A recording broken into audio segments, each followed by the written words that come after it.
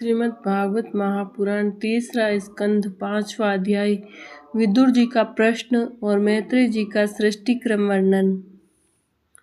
श्री सुखदेव जी कहते हैं, परम ज्ञानी मैत्रेय मुनि हरिद्वार क्षेत्र में विराजमान थे।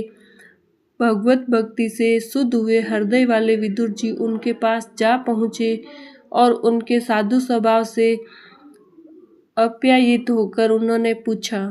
विदुर जी ने कहा, भगवान, संसार में सब लोग सुख के लिए कर्म करते हैं, परंतु उनसे न तो उन्हें सुख ही मिलता है और न उनका दुख ही दूर होता है, बल्कि उससे भी उनके दुख की वृद्धि ही होती है। अतः इस विषय में क्या करना उचित है, यह आप मुझे कृपा करके बतलाइए। जो लोग दुर्भाग्यवश भगवान श्री कृष्ण से विमुख, अधर्म परायण और अत्यंत दुखी हैं, उन पर कृपा करने के लिए ही आप जैसे भाग्यशाली भगवत भक्त संसार में विचरा करते हैं। साधु शिरोमणे, आप मुझे उस शांतिप्रद साधना का उपदेश दीजिए जिसके अनुसार आराधना करने से भगवान अपने भक्तों के भक्तिपूत हृदय में आकर विराजमान हो जाते हैं और अपने स्वरूप का अपरोक्ष अनुभव कराने वाला सनातन ज्ञान प्रदान करते हैं। त्रिलोकी के नियंता और परम स्वतंत्र श्रीहरि अवतार लेकर जो जो लीलाएं करते हैं, जिस प्रकार अकर्ता होकर भी उन्होंने कल्प के आरंभ में इस सृष्टि की रचना की, जिस प्रकार इसे स्थापित कर वे जगत के जीवों की जीविका का विधान करते हैं, फिर जिस प्रकार इसे अपने हृदय आकाश में लीन कर वृत्ति शून्य हो योग माया का आश्रय लेकर शयन करते हैं, और जिस प्रकार वे योगेश्वर प्रभु एक होने पर भी इस ब्रह्मांड में अंतर्यामी रूप से अनुप्रविष्ट होकर अनेक रूपों में प्रकट होते हैं, वह सब रहस्य आप हमें समझाइए। ब्राह्मण, गौ और देवताओं के कल्याण के लिए जो अनेकों अवतार धारण करके लीला से ही नाना प्रकार के दिव्य कर्म करते हैं, वे भी हमें सुनाइए। यशस्वियों के मुकुटमणि श्री हरि के लीला अमृत का पान करते करते हमारा मन तृप्त नहीं होता। हमें यह भी सुनाइए कि उन समस्त लोकपतियों के स्वामी श्री हरि ने इन लोकपालों और लोकालोक पर्वत से बाहर के भागों को, जिनमें ये सब प्रकार के प्राणियों के अधिकारानुसार भिन्न भिन्न भेद प्रतीत हो रहे हैं, किन तत्वों से रचा है। द्विजवर, उन विश्वकर्ता स्वयंभू श्री नारायण ने अपनी प्रजा के स्वभाव, कर्म, रूप और नामों के भेद की किस प्रकार रचना की है। भगवान, मैंने श्री व्यास जी के मुख से ऊंच नीच वर्णों के धर्म तो कई बार सुने हैं, किंतु अब श्री कृष्ण कथा अमृत के प्रवाह को छोड़कर अन्य स्वल्प सुखदायक धर्मों से मेरा चित्त उब गया है। उन तीर्थपाद श्री हरि के गुणानुवाद से तृप्त हो भी कौन सकता है। उनका तो नारद आदि महात्मागण भी आप जैसे साधुओं के समाज में कीर्तन करते हैं, तथा जब वे मनुष्यों के कर्णरंध्रों में प्रवेश करते हैं, तब उनकी संसार चक्र में डालने वाली घर गृहस्थी की आसक्ति को काट डालते हैं। भगवान, आपके सखा मुनिवर कृष्ण द्वैपायन ने भी भगवान के गुणों का वर्णन करने की इच्छा से ही महाभारत रचा है। उसमें भी विषय सुखों का उल्लेख करते हुए मनुष्यों की बुद्धि को भगवान की कथाओं की ओर लगाने का ही प्रयत्न किया गया है। यह भागवत कथा की रुचि श्रद्धालु पुरुष के हृदय में जब बढ़ने लगती है, तब अन्य विषयों से उसे विरक्त कर देती हैं। वह भगवत चरणों के निरंतर चिंतन से आनंद मग्न हो जाता है और उस पुरुष के सभी दुखों का तत्काल अंत हो जाता है। मुझे तो उन सोचनीयों के भी सोचनीय अज्ञानी पुरुषों के लिए निरंतर खेद रहता है, जो अपने पिछले पापों के कारण श्री हरि की कथाओं से विमुख रहते हैं। हाय, काल भगवान उनके अमूल्य जीवन को काट रहे हैं और वे वाणी, देह और मन से व्यर्थ वाद विवाद, व्यर्थ चेष्टा और व्यर्थ चिंतन में लगे रहते हैं। मैत्रेय जी, आप दीनों पर कृपा करने वाले हैं, अतः भौरा जैसे फूलों में से रस निकाल लेता है, उसी प्रकार इन लौकिक कथाओं में से इनकी सारभूता परम कल्याणकारी पवित्र कीर्ति श्री हरि की कथाएं छांटकर हमारे कल्याण के लिए सुनाइए।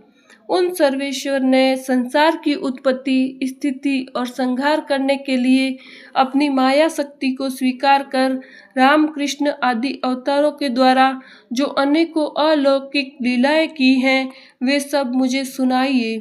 श्री सुखदेव जी कहते हैं, जब विदुर जी ने जीवों के कल्याण के लिए इस प्रकार प्रश्न किया, तब तो मुनि श्रेष्ठ भगवान मैत्रेय जी ने उनकी बहुत बड़ाई करते हुए यों कहा। श्री मैत्रेय जी बोले, साधु स्वभाव विदुर जी, आपने सब जीवों पर अत्यंत अनुग्रह करके यह बड़ी अच्छी बात पूछी है। आपका चित्त तो सर्वदा श्री भगवान में ही लगा रहता है, तथापि इस संसार में भी आपका बहुत सुयश फैलेगा। आप श्री व्यास जी के औरस पुत्र हैं, इसलिए आपके लिए यह कोई बड़ी बात नहीं है कि आप अनन्य भाव से सर्वेश्वर श्री हरि के ही आश्रित हो गए हैं। आप प्रजा को दंड देने वाले भगवान यम ही हैं। मांडव्य ऋषि का शाप होने के कारण ही आपने श्री व्यास जी के वीर्य से उनके भाई विचित्र वीर्य की भोग पत्नी दासी के गर्भ से जन्म लिया। आप सर्वदा ही श्री भगवान और उनके भक्तों को अत्यंत प्रिय है, इसलिए भगवान निज धाम पधारते समय मुझे आपको ज्ञानोपदेश करने की आज्ञा दे गए हैं। इसलिए अब मैं जगत की उत्पत्ति, स्थिति और लय के लिए योग माया के द्वारा विस्तारित हुई भगवान की विभिन्न लीलाओं का क्रमशः वर्णन करता हूँ। सृष्टि रचना के पूर्व समस्त आत्माओं के आत्मा एक पूर्ण परमात्मा ही थे, न दृष्टा था न दृश्य। सृष्टि काल में अनेक वृत्तियों के भेद से जो अनेकता दिखाई पड़ती हैं, वह भी वही थे, क्योंकि उनकी इच्छा अकेले रहने की थी। वे ही दृष्टा होकर देखने लगे, परंतु उन्हें दृश्य दिखाई नहीं पड़ा, क्योंकि उस समय वे ही अद्वितीय रूप से प्रकाशित हो रहे थे। ऐसी अवस्था में वे अपने को असंग असत के समान समझने लगे। वस्तुतः वे असत नहीं थे, क्योंकि उनकी शक्तियां ही सोई थी, उनके ज्ञान का लोप नहीं हुआ था। यह दृष्टा और दृश्य का अनुसंधान करने वाली शक्ति ही कार्य कारणा रूप माया है। महाभाग विदुर जी, इस भाव रूप अनिर्वचनीय माया के द्वारा ही भगवान ने इस विश्व का निर्माण किया है। काल शक्ति से जब यह त्रिगुणमयी माया श्रोभ को प्राप्त हुई, तब उन इंद्रियातीत चिन्मय परमात्मा ने अपने अंश पुरुष से उसमें चिदाभास रूप बीज स्थापित किया। तब काल की प्रेरणा से उस अव्यक्त माया से महतत्व प्रकट हुआ। वह मिथ्या अज्ञान का नाशक होने के कारण विज्ञान स्वरूप और अपने में सूक्ष्म रूप से स्थित प्रपंच की अभिव्यक्ति करने वाला था।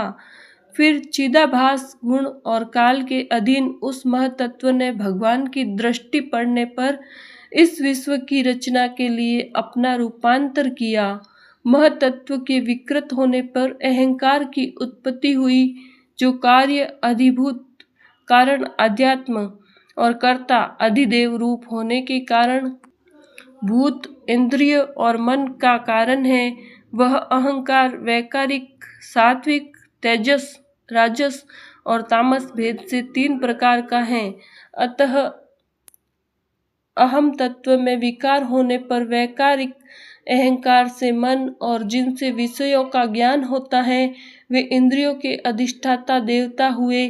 तेजस अहंकार से ज्ञानेंद्रिया और कर्मेंद्रिया हुई, तथा तामस अहंकार से सूक्ष्म भूतों का कारण शब्द तन्मात्र हुआ और उससे दृष्टांत रूप से आत्मा का बोध कराने वाला आकाश उत्पन्न हुआ। भगवान की दृष्टि जब आकाश पर पड़ी तब उससे फिर काल, माया और चिदाभास के योग से स्पर्श तन्मात्र हुआ और उसके विकृत होने पर उससे वायु की उत्पत्ति हुई। अत्यंत बलवान वायु ने आकाश के सहित विकृत होकर रूप तन्मात्र की रचना की और उससे संसार का प्रकाशक तेज उत्पन्न हुआ। फिर परमात्मा की दृष्टि पड़ने पर वायु मुक्त तेज ने काल, माया और चिदंश के योग से विकृत होकर रस तन्मात्र कार्य जल को उत्पन्न किया। तदंतर तेज से युक्त जल ने ब्रह्मा का दृष्टिपात होने पर काल, माया और चिदंश के योग से गंध गुणमयी पृथ्वी को उत्पन्न किया। विदुर जी, इन आकाश आदि भूतों में से जो जो भूत पीछे पीछे उत्पन्न हुए हैं उनमें क्रमशः अपने पूर्व भूतों के गुण भी अनुगत समझने चाहिए। ये महत्त्व आदि अभिमानी विकार, विक्षेप और चेतनांश विशिष्ट देवगण श्री भगवान के ही अंश हैं, किंतु पृथक पृथक रहने के कारण जब वे विश्व रचना रूप अपने कार्य में सफल नहीं हुए तब हाथ जोड़कर भगवान से कहने लगे। देवताओं ने कहा, देव, हम आपके चरण कमलों की वंदना करते हैं। ये अपनी शरण में आए हुए जीवों का ताप दूर करने के लिए छत्र के समान है तथा इनका आश्रय लेने से यतिजन अनंत संसार दुख को सुगमता से ही दूर फेंके देते हैं। जगतकर्ता जगदीश्वर, इस संसार में ताप त्रय से व्याकुल रहने के कारण जीवों को जरा भी शांति नहीं मिलती। इसलिए भगवान, हम आपके चरणों की ज्ञानमयी छाया का आश्रय लेते हैं। मुनिजन एकांत स्थान में रहकर आपके मुख कमल का आश्रय लेने वाले वेद मंत्र रूप पक्षियों के द्वारा जिनका अनुसंधान करते रहते हैं तथा जो संपूर्ण पाप नाशिनी नदियों में श्रेष्ठ श्री गंगा जी के उद्गम स्थान है, आपके उन पावन पाद पद्मों का हम आश्रय लेते हैं।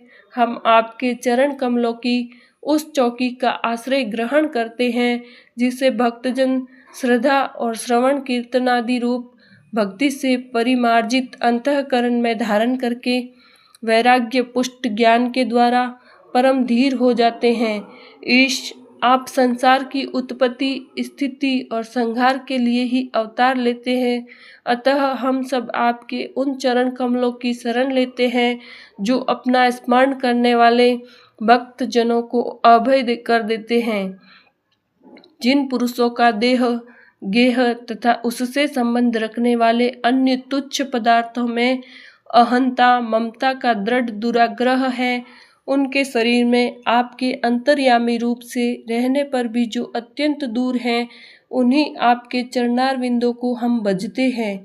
परम यशस्वी परमेश्वर, इंद्रियों के विषयाभिमुख रहने के कारण जिनका मन सर्वदा बाहर ही भटका करता है, वे पामर लोग आपके विलासपूर्ण पाद विन्यास की शोभा के विशेषज्ञ भक्तजनों का दर्शन नहीं कर पाते, इसी से वे आपके चरणों से दूर रहते हैं। देव, आपके कथा अमृत का पान करने से उमड़ी हुई भक्ति के कारण जिनका अंतःकरण निर्मल हो गया है, वे लोग वैराग्य ही जिसका सार है, ऐसा आत्मज्ञान प्राप्त करके अनायास ही आपके वैकुंठ धाम को चले जाते हैं। दूसरे धीर पुरुष चित्त निरोध रूप समाधि के बल से आपकी बलवती माया को जीतकर आप में ही लीन तो हो जाते हैं, पर उन्हें श्रम बहुत होता है, किंतु आपकी सेवा के मार्ग में कुछ भी कष्ट नहीं है।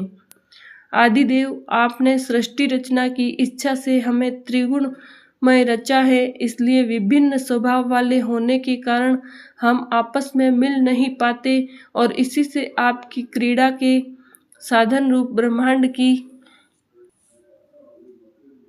रचना करके उसे आपके समर्पित करने में असमर्थ हो रहे हैं। अतः जन्म रहित भगवान, जिससे हम ब्रह्मांड रचकर आपको सब प्रकार के भोग समय पर समर्पित कर सके और जहाँ स्थित होकर हम भी अपने योग्यता के अनुसार अन्न ग्रहण कर सकें तथा ये सब जीव भी सब प्रकार की विघ्न बाधाओं से दूर रहकर हम और आप दोनों को भोग समर्पित करते हुए अपना अपना अन्न भक्षण कर सके, ऐसा कोई उपाय कीजिए। आप निर्विकार पुराण पुरुष ही अन्य कार्य वेग के सहित हम देवताओं के आदि कारण हैं।